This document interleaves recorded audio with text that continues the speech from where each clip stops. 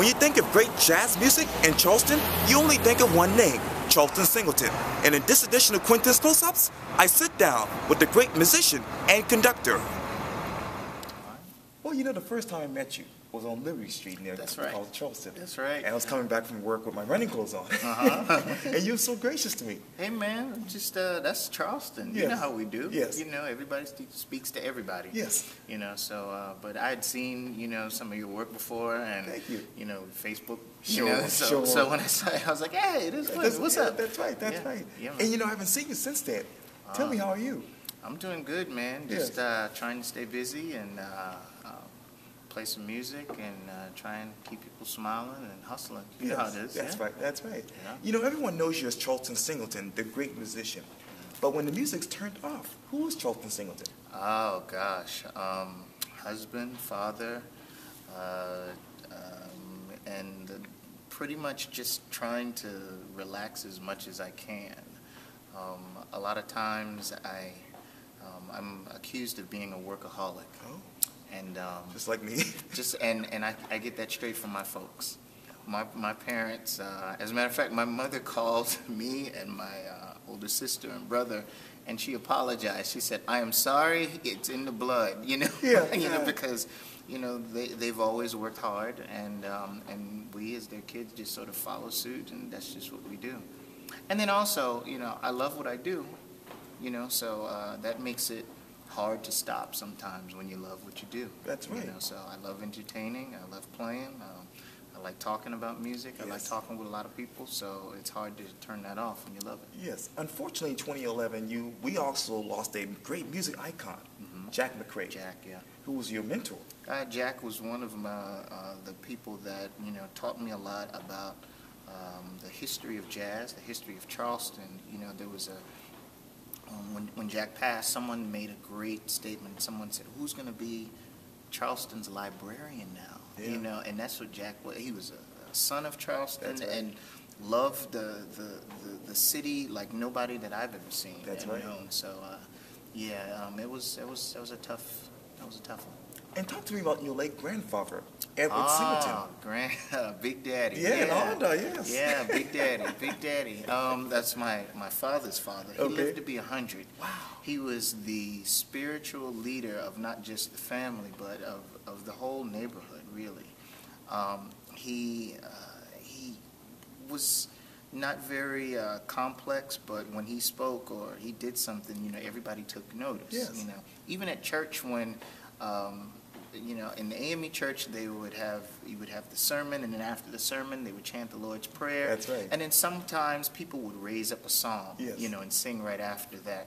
Well, Big Daddy had his song, which was "Mary Weep, Martha Mourn," and at the end of the Lord's Prayer, you know, everybody would just sort of wait. It was almost like a I wouldn't say uncomfortable moment, but it was always just that quiet moment, you know, and it was like, is Brother Singleton going to sing something? You know, you waited, and you waited, and you waited, and then there was some times where he didn't, but then sometimes you would just wait, and wait, and wait, and then all of a sudden he'd go, "Oh, Mary, we," and then everybody in the church would just erupt. Right. You know, but he was definitely a force in our community, and he visited everybody. He always on foot. You know, he never drove. He never rode a bike. And I think that's why he, you know, lived such a great, healthy life, because he walked everywhere. As a matter of fact, up until, you know, I'd say when he was about 98, 99 was when he started to slow down a little bit. A little bit. But he still had that energy. Oh, gosh, yeah. Still had the energy. Still was at church. Still was very vocal. Just everything was going good, yeah. And speaking of church, you actually attended Greater Zion AME Church. Greater Zion AME Church. That's our church. That's the home church. What's the first thing that comes to mind when you think of the church? For me, great times in my youth, because I learned so many things. Like, for example, we had a very tremendous amount of teenagers and kids that were in elementary or middle school around that time. So the choir, the youth choir, for example, was, you know, like 30-something of them, you know, in the youth youth choir. And then we had an usher board that was, there were about 20 of us or so, as it seemed like, on the usher board. Yeah. And we would practice all the time. So there again, just that work ethic, Yes. of practicing and getting it right and everything. And now a lot of those same people that were involved in those youth choirs or youth usher board or whatever are Yes. now the leaders of that church. Like, for example, my brother. My brother was in the choir, and now he's in one of the choir advisors over there, and he's on some boards in the church and everything. So a lot of those same kids back then that are now, the adults and everything are leading, forces in that church. So, and then there were a lot of other things that went on at church. A lot of the young people's division, the YPDers, and everything. Yeah. It's a very good grounding, a good solid foundation that we got from that church. Yes. Yeah. And let's talk about home, Ondar for you. That's right. Allendale, 10 Mile. Oh, is that right? That's right. I can say Allendale, but it's got to be 10 Mile too. I know a lot of people from there too. Yeah. So no, Allendale is great. Allendale is quiet. Yes. It's far enough from from downtown where it is. You have that privacy. Yeah. And then it is close enough to downtown to where you can get there, or even Mount Pleasant. Oh, yes. But nowadays, people, there's so many things that are moving down there. I know. Yeah. But I still love it. It's great. Mom and Dad are still there. Oh, great. Aunts and uncles are still around. It's still a great place to go. My wife and I lived down there for a while. We live in North Charleston now. Yeah. But we live down there, and like I said, it's just very peaceful down there. And speaking of Mount Pleasant, you actually attended Whitesides Elementary Whitesides Elementary School. and Lang Middle. Lang Middle School, yep. Two historically great, schools Yes. in Charleston County. In Lang, for example, my parents graduated from Lang High School. Wow. Back in the day. So I was very fortunate to go to Lang. It's a great school, and still is. Yes. And Daniel was off to Wando High School. Wando High School, yes. Tell me, who was Charlton Singleton as a high school student? As a high school student, oh gosh, I was a great band geek. I loved it. I loved every minute of it. I walked around. I had my polo shirts on, my button, all the way up to the top. Right. Everything. The hair was all in place, and everybody just knew me as that's the kid that plays the music over there. And is it true that you wanted to be a band director? I wanted to be a band director, and I was a band director. Oh, great. I taught at Lincoln High School. Yes. And McClellanville Middle School Right. for a year of band, and then I taught at the Charleston School of the Arts. That is awesome. I did the middle school band program over there for about 5 years. And later you went to South Carolina State University. I went to South Carolina State. At first I went to Berkeley College of Music for a semester, which was up in Boston. Yes. And it was great, but I didn't think it was the right place for me to be a band director. Okay. It's ironic. I look back on it now that Yes. I'm a performer. If you want to be a performer, a jazz, musician, and on stage, Yes. Berkeley's one of the greatest places to be. Wow. But if you want to be a teacher, you might want to go to a different school in terms of, getting the music education sort of experience and everything. So And you get to teach at home. right. So my parents, my mother graduated from South Carolina State. My father graduated from Tuskegee. Oh, yes. But he got a master's degree from South Carolina State. And I have other relatives, aunts and uncles and cousins that all went to South Carolina State, so it was a no-brainer. Yes, yes. And I got to tell you, it was the greatest time that and decision I think that we all made, because the friends and the information, knowledge, education that I got there, I wouldn't have traded for it. It was the perfect thing for me. I needed that. That Yes. was it. Yes. Yeah. And speaking of that, you actually majored in music performance. Tell me, when did you know you were a musician? When did I know I was a musician? Probably that I started to think about it seriously, not until I was in high school. For me, it was always, it was just something that I did. Yeah. My brother and sister took piano lessons, at an early age. They were about 10 and 7 respectively, and I was 3.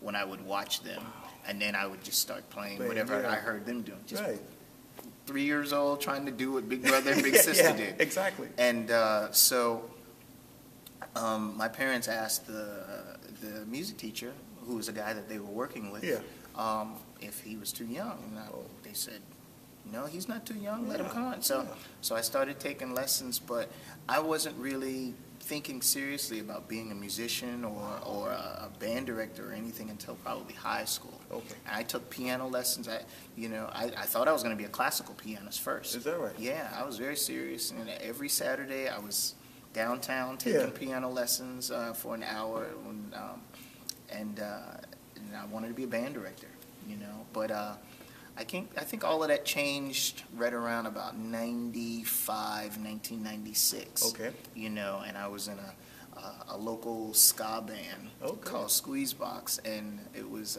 fun. It was different. I'd never thought of being a performer like that. And just gradually since then, it's just sort of snowballed, and I'm just on for the ride. So yeah. And you have performed with so many talented people, and you've traveled all over the place. Mm-hmm. As we sit here at the Charleston Music Hall, have you ever been able to wrap your mind around the fact that you are a superstar? I wouldn't a superstar. I don't look at it as being a superstar or anything. I have fun, and I think that I try to be as personable as I can and try to relate to, just about anybody that I am trying to entertain. I think one of the things that I have been able to do is soak up a lot of things. Okay. My wife will tell you that I try to remember everything as best I can, whether it's something that was on TV or on the radio or something someone told me, and I, keep those facts or whatever have you in the back of my mind, and when I'm talking to people or when I, come across on the stage, then I can share something that I think is relevant or significant or that ties into whatever I'm doing, then that works in my advantage. And I think all artists, try to do things like that, I thought about this the other day. I think subconsciously I groomed myself by watching, TV shows and trying to emulate a bunch of things, there are people that, they would have jump rope, and they would use the jump rope as a microphone because you got the cord. That's right. There was one time where we had a push vacuum, and it was the perfect size, and that was my microphone. I could stand there, and everything. Or, I watched a lot of variety shows and things like that, and just watching the delivery of people. Yes. And I practiced all of that stuff, and between that and just whatever I soak up, just in every day, that's what I try to do. But superstar, I'm still taking out the trash. Superstars don't take out the trash. Well, that's true. That is so true. Well, I know you played a trumpet a lot. Yes. But what other genre of music do you listen to? Oh, it's got to be funk. Really? Yeah, man. That's where it all started for me. In terms of listening, that and gospel, of course. But I was very fortunate to grow up in a time where some of the greatest musicians that I think were recording artists, and all of their music was very. It wasn't lumped in so many subcategories. For example, for the longest time, I didn't know Earth, Wind, and Fire by name. I knew their songs, but, I just thought there were songs, because, you would hear it on, urban radio. Sure. You would hear it on pop, stations or whatever have you. So, Soul Train, bands like, Earth, Wind, and Fire, or artists like Stevie Wonder, or, the Doobie Brothers, or, just everybody. It was just great music. Yes. So I grew up listening to a whole ton of different things. Sure. Just so happens that I was attracted to the funk. Yes. Yeah, it's really good music. Yes, it's great music. Yeah. Describe to me the following in one word: sports. Gotta have it. Oh, that's not one word. No, that's all good for you. Sports. Initial. because I really, before music took on this thing, I thought I was going to be a professional baseball player. Is that right? Baseball was my life back then. You know, I was more liable to fake being sick, you know, to get out of going to play piano or something. But I'd go on the field, you know, and take batting practice or whatever have you. You know, but I always wanted to be a baseball player. It wasn't until high school where I was like, oh, maybe not baseball. This music thing's working out pretty good. Yeah, so. Steak and sushi. Gotta have it. Gotta have it. If I could eat sushi every day, I would. Really? Yeah, I would. I love it. Yes. I love it. It's filling. It's healthy for me. You know, I love it. Sure. Music. For me? Yeah. Essential. Yes. One word to describe Charlton Singleton.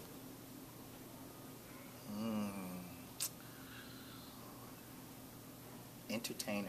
Yes, indeed. You know, a lot of people know that you love music, you love food, and you love sports. But what is something that people don't know about you? Oh, gosh, how much time you got? Hey, this is a web show here. Something that people don't know. Well, I don't know. Gosh. Wow. I don't know. It's being out in the public quite a bit, you know, it's not a whole lot to hide, I guess. You're an open book. I try to be as an open book as I can. You know, to some degree, you know, you gotta have some privacy. Yeah. Something. Well, I don't know. I love country music. Is that right? Yeah. It's great music. Yes, Darius Rucker. Well, you know, aside from Darius, you know, like, you know, I loved watching Hee Haw when I was growing up. Yes. It's good music. You know, it's just great musicianship and you know, every Saturday night, 7 o'clock, I was glued to the TV watching it, you know, so loved it. Yes. Yeah. Hey, let's talk about your family for a moment. I understand that you have been married to your wife, Mary Jill, for a while now. Yeah, we've been married for 12 years. We got married June 3rd. 2000. Okay. We have 2 kids. Shalimar, she is 20, and DeMarcus is 18. Wow. I'm thinking you just have little kids. No, they're not kids. No, they're great. We have a house full of pets. We are now down to, I say down, we are down to 2 dogs and 2 cats now. Okay, you know, at one time we had 3 dogs in the house and like 4 cats in the house, you know. Yeah, but pet lovers. I was going to say, Pet lovers. And it all started with when we were dating. Okay. My wife said, well, you know, we should get a cat. And I was like, nah, we got to get a dog. She's like, well, I hate dogs. And I was like, well, I'm not a big cat person. Yeah. So we compromised. You get a dog, I'll get the cat. You know, so that's how we worked it. We went to the pound, and I kid you not, it was like buy one cat, get it free, get another one free. Wow. That day, you know. Right. You know, BOGO at the pound. Yeah. You know. So we came home with 2 cats, and we came home with a lovely, you know, Rottweiler Lab mix, you know, nice big huge dog, but softy he was, you know, Pepper. And my wife got attached to it, Pepper. And one day she just came home with another dog, and she said Pepper was lonely. so I said, all right, you know. So we ended up with Molly. Yes. And it just went from there. Yeah, that's awesome. You know, so we have 4 total now. 4. Yeah, you can control those, you know. Yeah, you know, and actually, we have a pit bull right now, Sassy, and she is definitely not sassy. No, you know, she protects the house. You know, she'll like run out in the backyard, and come back to the door and turn around and face the yard and sit and just. She's like on watch, you know. You know, she will probably go tooth and nail with anything that tries to harm anybody in the house. But our smallest cat, who is very sickly, you know, she is terrified of this cat. You know, if our cat, little Buster, is on at the top of the steps, she won't go up the steps, or she won't come down. No. not the pit bull. No, she's not moving until little Buster moves or something, or we act as a buffer, you know, and she can scoot by. Yeah, exactly. Yeah, no. So that's the family, and that's immediate, you know, right there. And my father's side of the family is huge. There are. My father is one of 8 kids. Okay. From those 8 kids, there are 55 grandchildren. Oh my goodness! I'm the last. Wow. Yes. I honestly don't know the number, but there are over 100 and something great grand, and then another like 100 and something great grand. You know. Wow, that's a huge family. That's yes. Family reunion every 2 years. I was going to say, but yeah. Every 2 years are planned. You know, you gotta organize that stuff. You know. Do you know who's who? I mean, you know what? We've come to know over the years, you know, who's kind of who. You know, and everybody sort of keeps up with everybody. That's good. You know, but still, you know, I wear a name tag and it says I'm grand number. Right. You know, 100. You know, Charlton, grand number 55. Right. You know, so yeah. That is awesome. Yeah. You know, if I would ask you in 5 to 10 years what you would be doing, what would you say? I hope still entertaining. I hope that I am still leading the Charleston Jazz Orchestra and some other ensembles of mine. Yeah. I hope that I am educating the younger generation about this music, especially here in Charleston, because of the importance of jazz and what Charleston meant to the genre. You know, one of the things that we're trying to do in Jazz Artists of Charleston, which is a nonprofit organization that I'm the vice president and artistic director of, is that, you know, we're trying to actively promote and educate, you know, not just the community and not just the youth, but also the artists, you know, that are in town. And it's not just musicians, you know.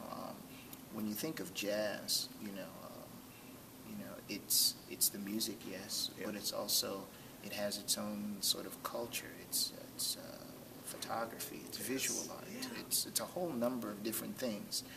And being a cradle of jazz, and finally now, just in the last, you know, so odd years talking about it, that has been the one thing that we haven't done. We haven't promoted ourselves in Charleston. But if you go back and look at the history, musicians from the city of Charleston have had as much to do with the artistic, you know, just push of that music as any other, you know, city or state, you know, that in the world, let alone the United States. So I hope that, you know, we are farther along in promoting ourselves. I think you will make that happen. I'm hoping. Yeah. Well, Charlton Singleton, was so great talking to you. Thank you so much. It's great talking with you too, Quintin. Anytime. Yeah, man. Yes, sir.